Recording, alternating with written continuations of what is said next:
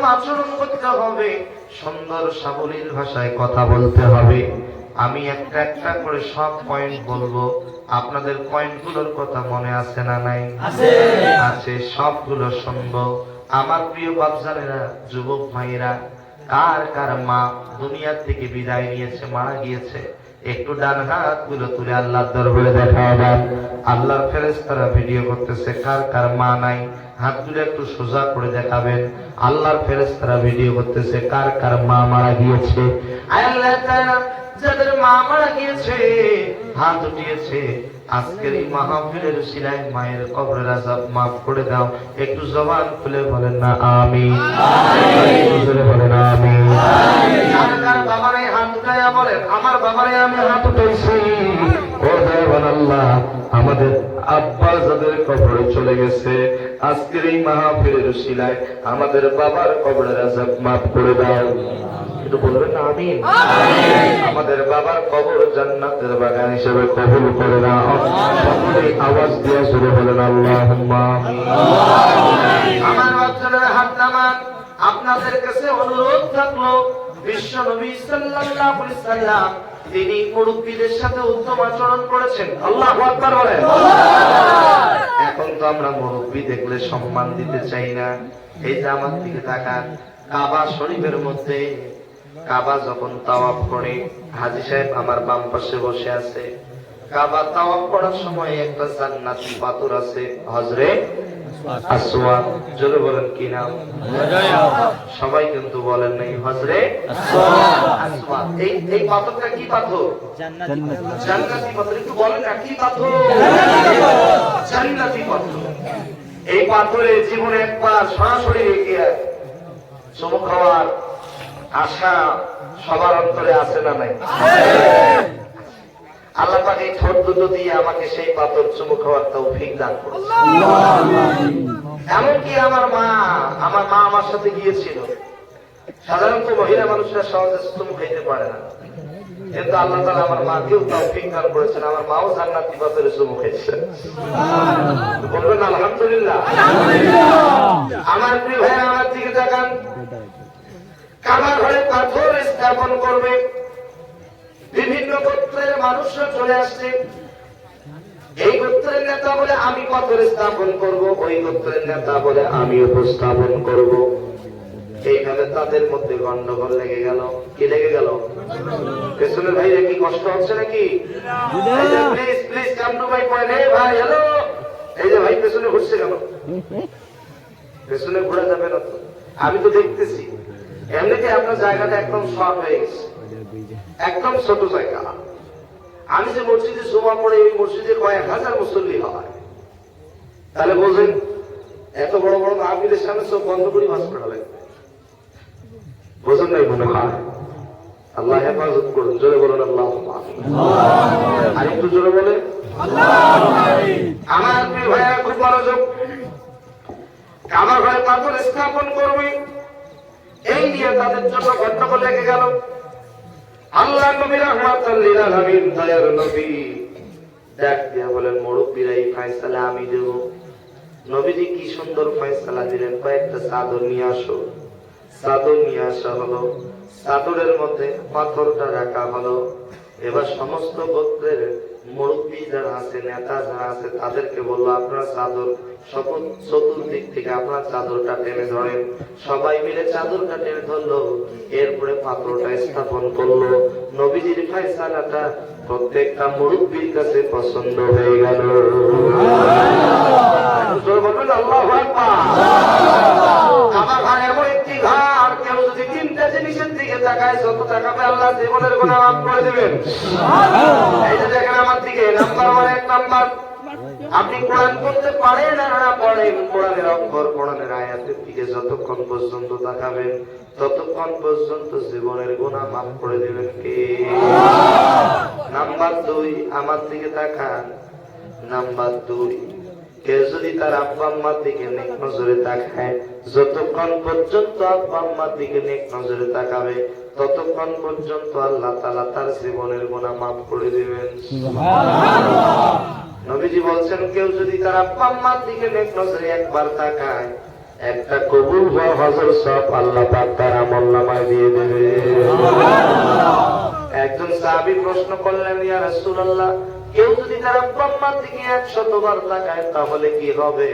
নবীজি বলেন, 100 বার যদি নেক নজরে তাকায় 100 কবুল হওয়া হজের সব আল্লাহ তাআলা তার আমলনামায় দিয়ে দেবে।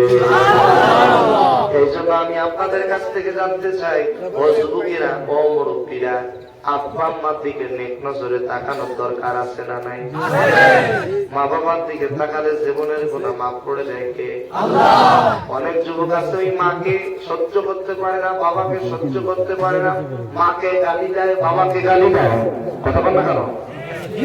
অনেক মা আছে, অনেক সন্তান আছে, মাকে সহ্য করতে পারে না। যুবকেরা, মায়ের সাথে সুন্দর আচরণ করতে হবে। কারণ নবীজি বলেছেন, মা তোমার বাবা তোমার জন্য জান্নাত, তোমার মা তোমার বাবা তোমার জন্য জাহান্নাম। মা বাবার খেদমত করবা, আল্লাহর জান্নাত চলে যাবা। আব্বা আম্মাকে দুঃখ কষ্ট দিবা, জাহান্নাম ছাড়া কোনো উপায় থাকবে না। মা মা মা বলে ডাক দিলে বলেন তো কলিজায় শান্তি লাগে কি লাগে না? লাগে। এই জন্য কবি কত সুন্দর করে বলেন, মা ডাক দিয়ে তুই মধুর, বারবার ডাকতে মনে চায়, মা বলে ডাক দিলে মনে শান্তি পাওয়া যায়। মা নাই গৃহে যায় সংসার অরণ্যতা, দেখিলে মায়ের মুখ ভুলে যায় সব দুঃখ।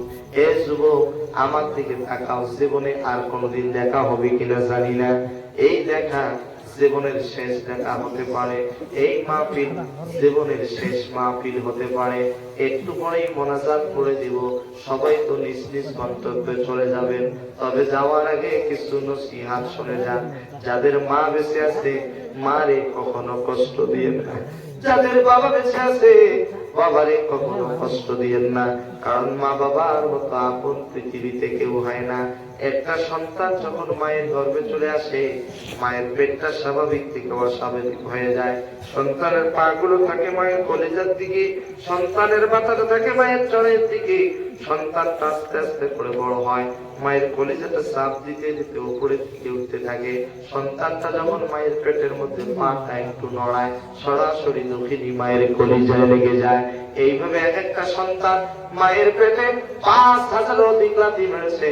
তবে 3টা লাথি এমন ভাবে দিয়েছে যেগুলো কোনোদিন কোনো মা বলতে পারে না। সন্তান যখন পৃথিবীতে আসার সময় হয়ে যায়, এত জোরে লাথি মারে, মা দুগুনি চিল্লায় বলে, 20 লাখ আত্মহত্যা করবো, ব্যথা সহ্য করতে পারি না। দ্বিতীয়বার যখন আঘাত দিয়েছে, দ্বিতীয়বার আঘাত দেওয়ার সাথে সাথে মায়ের জরায়ুর নিচ দিয়া হাত বালতির মতো রক্ত জমিনে পড়ে গিয়েছে।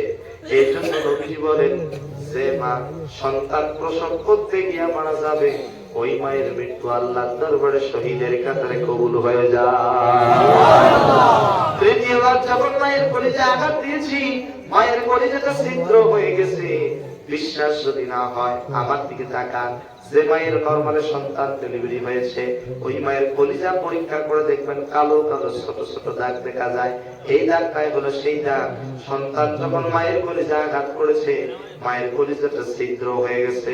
সন্তান যখন বিপদে পড়ে, পশু পাখি জানার আগে জানে আগে মায়, টেলিফোন করার আগে জানে আগে মায়, ক্যাবিনেটের পায়ে মায়ের কলিজাতে যন্ত্রণা করে, তখনই মা বুঝতে পারে আমার সন্তানটা বিপদে পড়েছে।